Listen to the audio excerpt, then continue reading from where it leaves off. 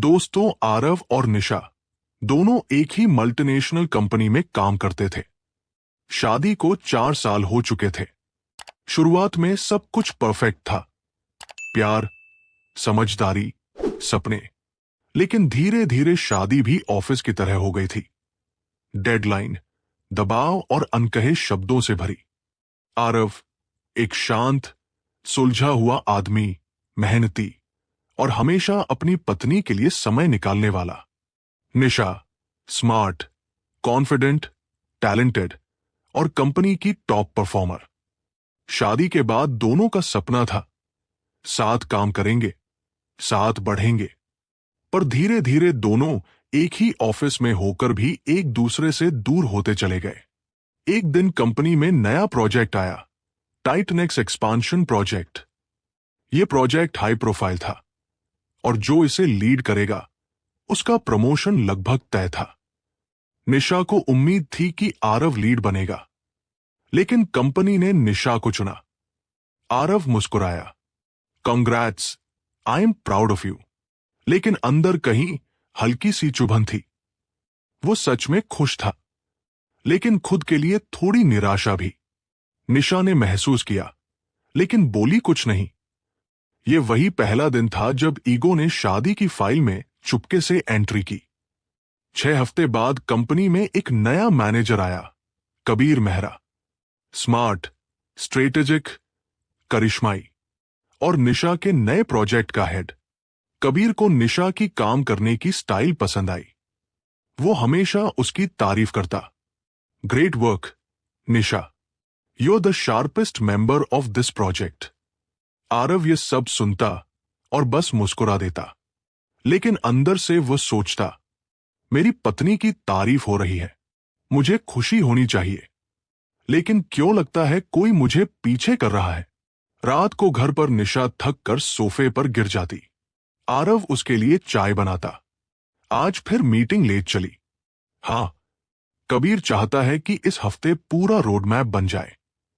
आरव ने हल्का सा पूछा, तुम लोग तो देर रात तक काम करते हो। निशा ने मोबाइल उठाया।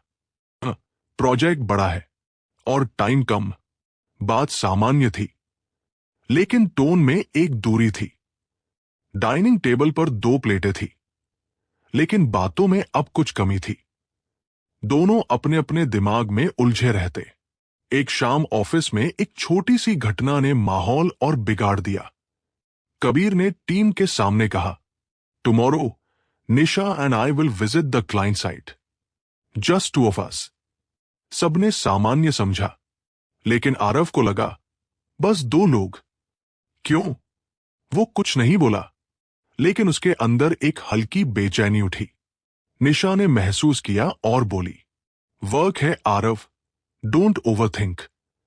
लेकिन इंसान वही ओवरथिंक करता है जिसे वो खोना नहीं चाहता। अगले दिन निशा और कबीर साइट विजिट के लिए गए। सोशल मीडिया पर टीम की फोटो पोस्ट हुई और उसमें कबीर और निशा साथ खड़े मुस्कुरा रहे थे। आरव ने फोटो देखी। दिल में पहली बार हल्की जलन, या डर, या इनसिक्योरिटी, कुछ तो था जो उसे खुद भी समझ नहीं आया। घर आकर आरव ने बस हल्के में पूछा, कैसा था दिन? निशा थकी हुई थी और चिड़चिड़े अंदाज में बोली, नॉर्मल था। हर बात का हिसाब देना पड़े तो काम कैसे करूं? आरव चौंक गया। मैं बस पूछ रहा था। कंसर्न दिखा रहा था। कंसर्न या शक? कमरा कुछ सेकंड शांत रहा। यहीं से उनकी शादी में पहला क्रैक दिखा। धीरे धीरे ऑफिस में लोग कानाफूसी करने लगे। कबीर और निशा एक स्ट्रॉन्ग पेयर है। निशा को इस बार बेस्ट एम्प्लॉय अवार्ड मिल सकता है। कबीर उसे काफी सपोर्ट कर रहा है। आरव ने एक दिन गलियारे में सुना, आरव तो फीका पड़ गया यार। निशा अब कबीर की टीम में चमक रही है। उसे अंदर से चोट पहुंची। वह कोई सीन नहीं बनाना चाहता था, इसलिए चुप रहा। लेकिन चुप रहने से रिश्ते नहीं बचते, धीरे धीरे जलते हैं। महीनों की मेहनत के बाद प्रमोशन रिजल्ट आए। सबने अंदाजा लगाया था कि या तो आरव को मिलेगा या कबीर की टीम से किसी को। लेकिन प्रमोशन मिला निशा को। एक बार फिर पूरे ऑफिस में तालियां गूंज उठीं। कबीर सबसे पहले बोला, I knew it, you deserve this.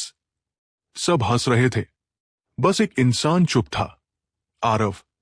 वो खुश था, पर धक्का भी लगा था। मैं सालों से मेहनत कर रहा हूं और मैं पीछे छूट रहा हूं। रात को घर में सेलिब्रेशन था, लेकिन आरव के चेहरे पर हल्की उदासी थी, जिसे निशा ने नोटिस किया। तुम खुश नहीं हो? हूं, बस थोड़ा टाइम दो, आई बी फाइन। निशा नाराज हो गई। मेरी खुशी में भी तुम कॉम्पीट कर रहे हो। बहस बढ़ गई और पहली बार दोनों अलग अलग कमरे में सोए। एक दिन ऑफिस में अचानक एक मेल आया, internal transfer request has been approved book candidate Aarav Singh. सब हैरान थे। आरव किसी और शाखा में जा रहा था। निशा को पता चला तो वो सदमे में थी। वो ऑफिस की पार्किंग में उसे रोकने दौड़ी। आरव, तुमने ट्रांसफर क्यों लिया? आरव धीरे से बोला, क्योंकि कभी कभी दूरी बनाए बिना इंसान खुद को खो देता है।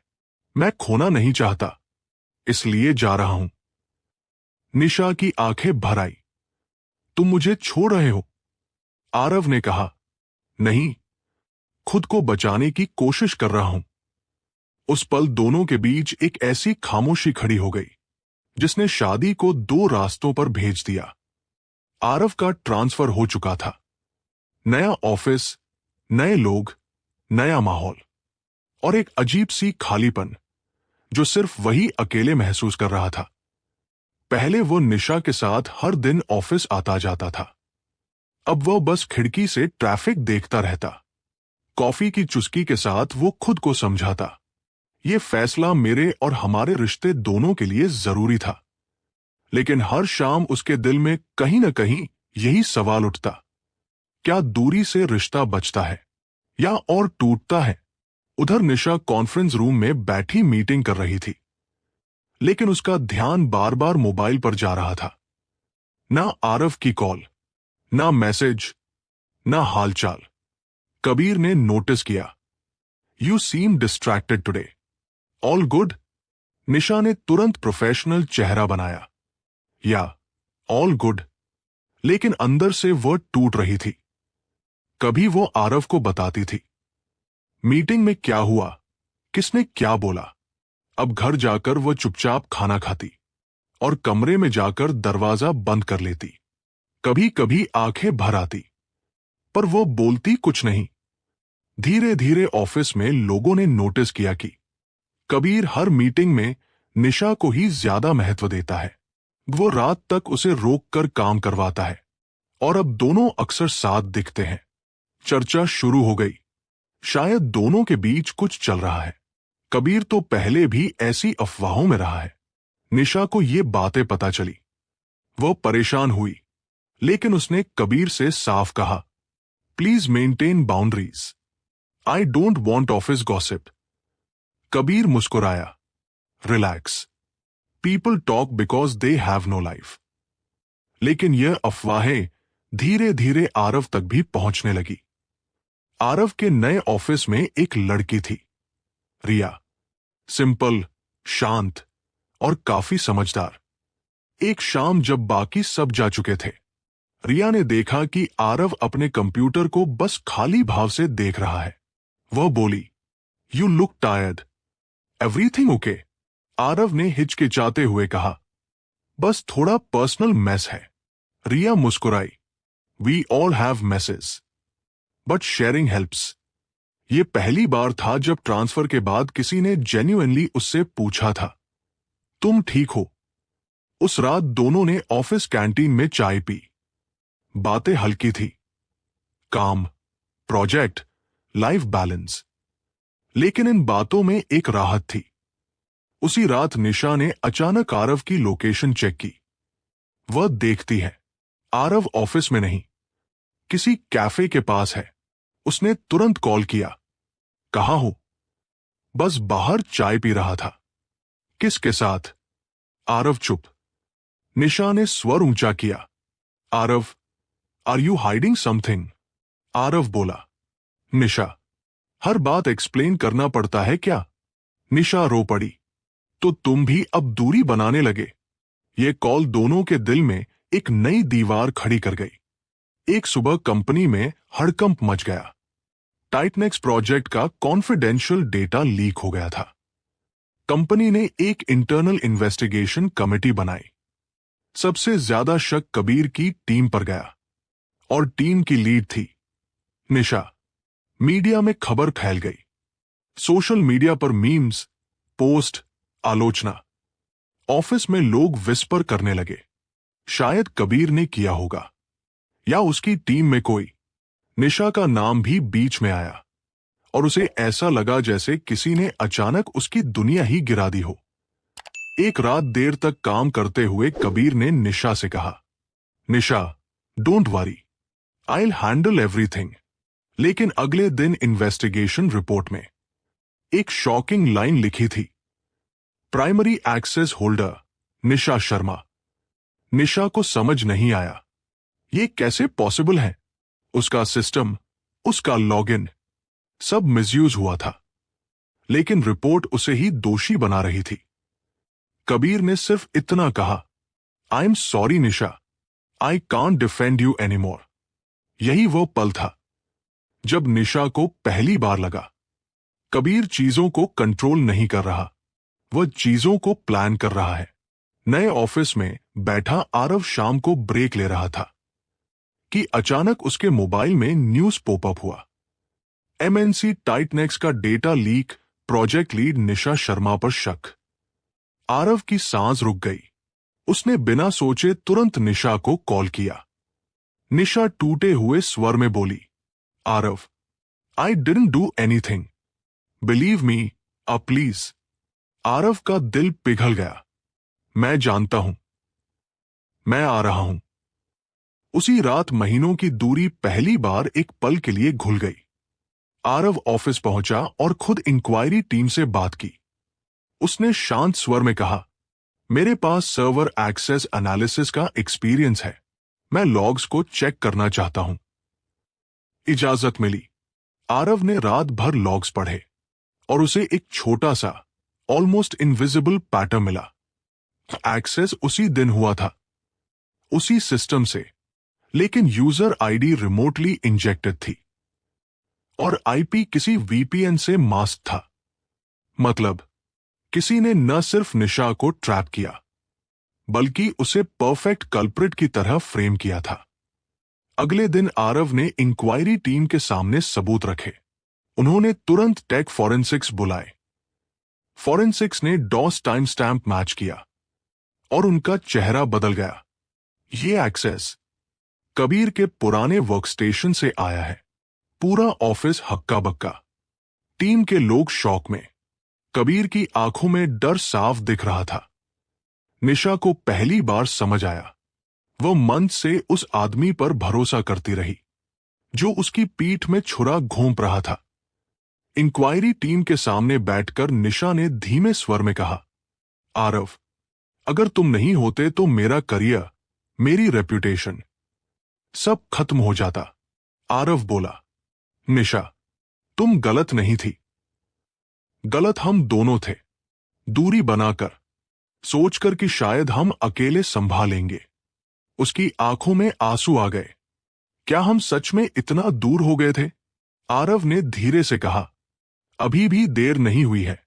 निशा का चेहरा भीग गया। ये महीनों बाद पहली बार था जब दोनों ने एक दूसरे की आंखों में खोया हुआ प्यार महसूस किया। इंक्वायरी टीम कबीर को सस्पेंड करने जा रही थी। तभी उसने अचानक गुस्से में चिल्लाया, you think I am the only one involved? You have no idea how big this game is. हर कोई डर गया। कबीर ने निशा की तरफ इशारा करके कहा, you ruined everything. I will make sure you pay for destroying my career.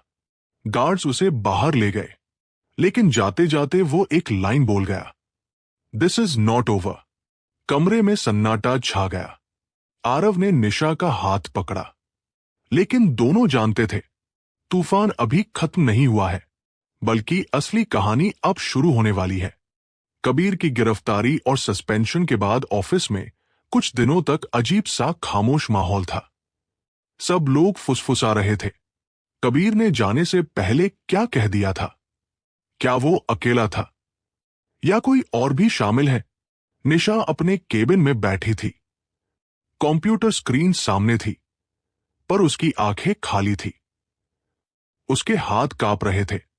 उसे अभी भी विश्वास नहीं हो रहा था कि वो जिस मैनेजर पर उसने भरोसा किया, जिसने उसे मोटिवेट किया और जिसने उसे टीम का बैकबोन बताया, वही उसकी जिंदगी में सबसे बड़ा तूफान बन गया। वो कुछ सोच ही रही थी कि उसके केबिन में आरव आया। धीरे से बोला, निशा, यू ओके? निशा की आंखों में आंसू आ गए। आरव, मैं टूट गई हूं। आरव बिना कुछ बोले उसके पास बैठ गया।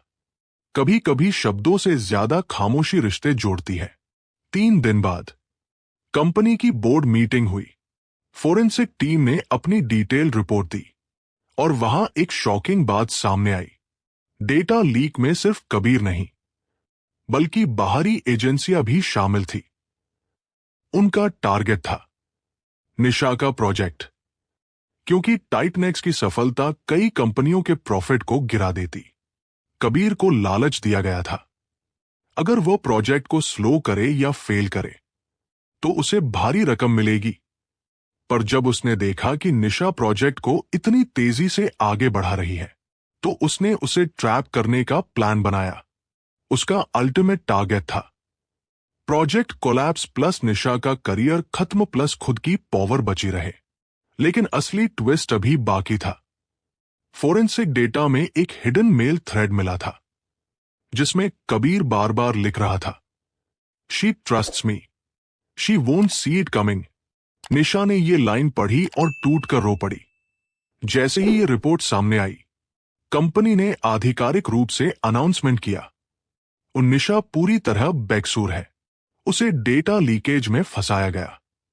उसे प्रोजेक्ट की नई हेड बनाया जाएगा और टाइटनेक्स को दोबारा उसी टीम के अंदर रिवाइव किया जाएगा। ऑडिट रूम के बाहर खड़े होकर आरव ने उसकी ओर देखा। सी, आई टोल्ड यू, तुम गलत नहीं थी। निशा की आंखें भर आई। आरव, अगर तुम ना होते तो शायद मैं अपनी ही कहानी में विलन मान ली जाती। आरव मुस्कुराया। तुम मेरी जिंदगी की हीरोइन हो। किसी भी कहानी में तुम गलती से विलन बन ही नहीं सकती। ये वही लाइन थी जिसे सुनने के लिए निशा महीनों से तरस रही थी। शाम को दोनों घर पहुंचे। माहौल शांत था, जैसे तूफान गुजर चुका हो। निशा ने कहा, आरव, एक बात कहूं? हां, हमने एक दूसरे को खोने में जो गलती की, वो किसी तीसरे की वजह से नहीं, हमारी दूरी की वजह से हुई। आरव ने गहरी सांस ली। हां, हम दोनों ने अपने अंदर की बात एक दूसरे को बताई ही नहीं। निशा रोते हुए बोली, मैंने तुम्हें वो प्यार, वो ध्यान नहीं दिया जो तुम डिजर्व करते थे। मैं काम में इतना खो गई कि तुम्हारी आंखों की उदासी भी नहीं पढ़ पाई। आरव बोला, और मैं तुम्हारे सक्सेस को सेलिब्रेट करने के बजाय खुद से ही नाराज होता गया। मैंने मान लिया था कि तुम मुझसे दूर जा रही हो। दोनों कुछ पल तक एक दूसरे को देखते रहे। यह पहली बार था जब दोनों ने अपनी सारी कमजोरियां बिना डर के सामने रखी थी। अगले दिन सुबह कंपनी के मेल सर्वर में एक एनोनिमस मेल आया। If Nisha doesn't resign in 48 hours, her personal data will be leaked online. पूरा ऑफिस एक बार फिर हिल गया। यह मेल सीधे निशा के नाम था। आईटी सेक्शन ने मेल ट्रेस किया। Sender location unknown, device spoofed, identity masked. लेकिन एक बात क्लियर थी, कबीर जेल में होते हुए भी बाहर किसी के साथ मिलकर साजिश कर रहा था। निशा डर गई। वो कांपते हुए बोली, आरव, अगर मेरी रेप्यूटेशन को चोट पहुंची तो? आरव ने बिना एक सेकंड सोचे कहा, I am with you, no matter what happens. उसका हाथ पकड़कर बोला, तुम्हारी इज्जत सिर्फ इंटरनेट पर डिपेंड नहीं करती। तुम्हारी इज्जत मेरे दिल में रहती है और वहां तुम सबसे ऊंचे दर्जे पर हो। निशा की आंखों से आंसू बहने लगे। वो उसके सीने से लग गई। आरव ने तुरंत कंपनी की साइबर इंटेलिजेंस टीम को इन्वॉल्व किया। उन्होंने कहा, हम उस एनोनिमस सेंडर को पकड़े बिना इस गेम को खत्म नहीं कर सकते। आरव बोला, चलिए गेम खेलते हैं, लेकिन उसकी चालों से तेज। टीम ने ट्रैप डिजाइन किया। उन्होंने इंटेंशनली एक फेक कॉन्फिडेंशियल डॉक्यूमेंट बनाया और उसे सुरक्षित सर्वर पर रखा और फिर उसे ट्रेसेबल तरीके से लीक करने दिया। उस लिखावट में हिडन ट्रैकिंग कोड था। अगले 72 घंटों में ट्रैकिंग एक्टिव हुई और लोकेशन पाई गई। कबीर का एक पुराना कॉन्टैक्ट, एक एक्सटर्नल डेटा ब्रोकर। पुलिस ने उसे पकड़ लिया और उसके फोन से कबीर के वॉइस मैसेजेस मिले। लीक द डॉक्यूमेंट्स, प्रेशर बनाओ, मेक श्योर शी ब्रेक्स। इन रिकॉर्डिंग से सब कुछ क्रिस्टल क्लियर हो गया। कबीर ने हार स्वीकार कर ली। अगली कोर्ट हियरिंग में कबीर पर 4 आरोप लगे। वो कॉर्पोरेट सैबोटेज, वो डेटा थेफ्ट, वो क्रिमिनल कॉन्स्पिरेसी, वो कैरेक्टर डेफेमेशन। जज ने कहा, miss Nisha, you deserve justice. Mister Aarav, your investigation save this company. सुनते ही दोनों की आंखें भर आई। पहली बार उनके रिश्ते ने मिलकर एक लड़ाई जीती थी। कोर्ट से बाहर निकलते हुए हल्की बारिश हो रही थी। निशा ने आसमान की ओर देखा। शायद भगवान ने हमें दूसरा मौका दिया है। आरव मुस्कुराया, दूसरा नहीं, असली मौका दिया है। निशा धीरे से बोली, आरव, क्या हम दोबारा शुरू कर सकते हैं? आरव ने उसका हाथ पकड़ लिया। हमारा रिश्ता कभी खत्म नहीं हुआ था, बस थोड़ा भटक गया था। अब हम दोनों उसे वापस सही रास्ते पर ला रहे हैं। निशा उसकी आंखों में देखते हुए बोली, आई लव यू, और इस बार मैं तुम्हें कभी दूर नहीं जाने दूंगी। आरव ने कहा, आई लव यू टू, और अब किसी दूरी की जरूरत नहीं। दोनों एक दूसरे को बारिश में गले लगा लेते हैं। कुछ महीने बाद अ टाइटनेक्स प्रोजेक्ट फिर से लॉन्च हुआ। निशा उसकी डायरेक्टर बनी और आरव को कंपनी ने स्पेशल साइबर एनालिस्ट की पदवी दी। दोनों फिर एक ही ऑफिस में काम करने लगे, पर इस बार दूरी नहीं, प्यार उनके बीच था। कभी कभी लंच के दौरान निशा मुस्कुराकर कहती, अगर तुम ना होते मैं ये लड़ाई नहीं जीत पाती। आरव जवाब देता, अगर तुम ना होती मैं खुद को कभी नहीं ढूंढ पाता। और यूं एक ऑफिस से शुरू हुई कहानी एक शादी को नहीं तोड़ी, बल्कि उसे और मजबूत बना गई। दोस्तों, अगर आपको ये कहानी पसंद आई हो तो वीडियो को लाइक और चैनल को सब्सक्राइब जरूर करें और बेल वाला आइकन को दबाना न भूलें। कमेंट में अपने शहर का नाम लिखें। अपने और दोस्तों के साथ शेयर जरूर करें। आपकी एक छोटी सी सपोर्ट ही ऐसी कहानियां लाने की ताकत देती है। जय हिंद, जय भारत।